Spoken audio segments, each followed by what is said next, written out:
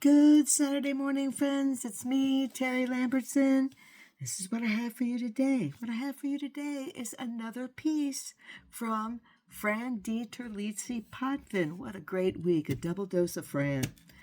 That's fabulous. All right, here we go.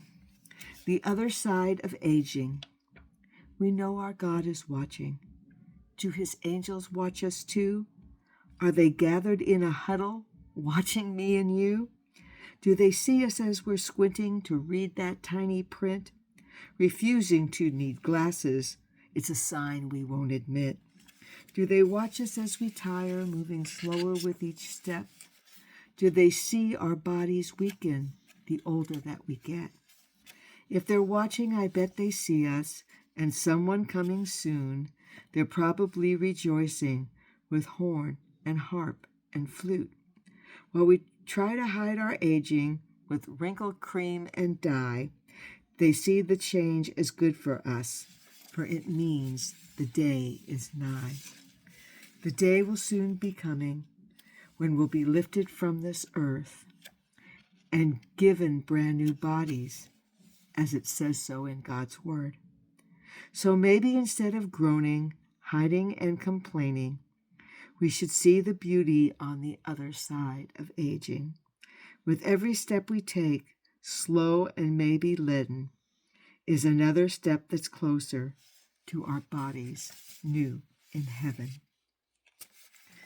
Thank you, Fran. This is another one from Lucinda Berry Hill. You know, many, many years ago, I did not have children yet. So more than 40 years ago, because my baby turns 40 this month. We were sitting around the table at my grandmother's house. My grandfather had passed away. He'd been gone for a couple years at this point. And my grandmother looked up.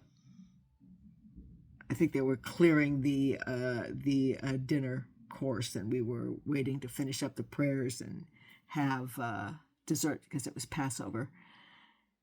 And my grandmother looked up all of a sudden and she said, "You know, it's so sad to get old and have all the people that you spent your life caring about pass away, and you're still here."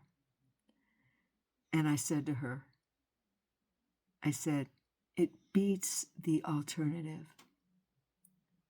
And she said, "Yes, it does." I said, "Look at you, you're sitting at the head of the Passover table. We've just had the Seder.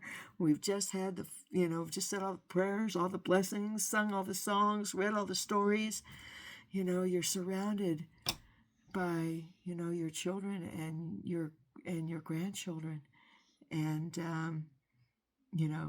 and right away she realized, regardless of her own condition, she would always want one more holiday when everybody is there. And so, yeah, I do think of things differently now. There isn't a day that goes by where I don't think about my legacy. And, for me, legacy is not about that, the house that they are going to inherit or the car that they're going to inherit or, pieces of jewelry or, all that stuff, Did I love enough? Was I always there with a kind word or encouragement? Did I help where I could?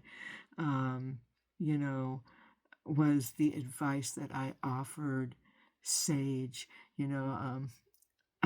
I've gotten to a place in life where I can sit with my daughter and she will be talking through some, just everyday life thing, something with a friend or something with a co-worker.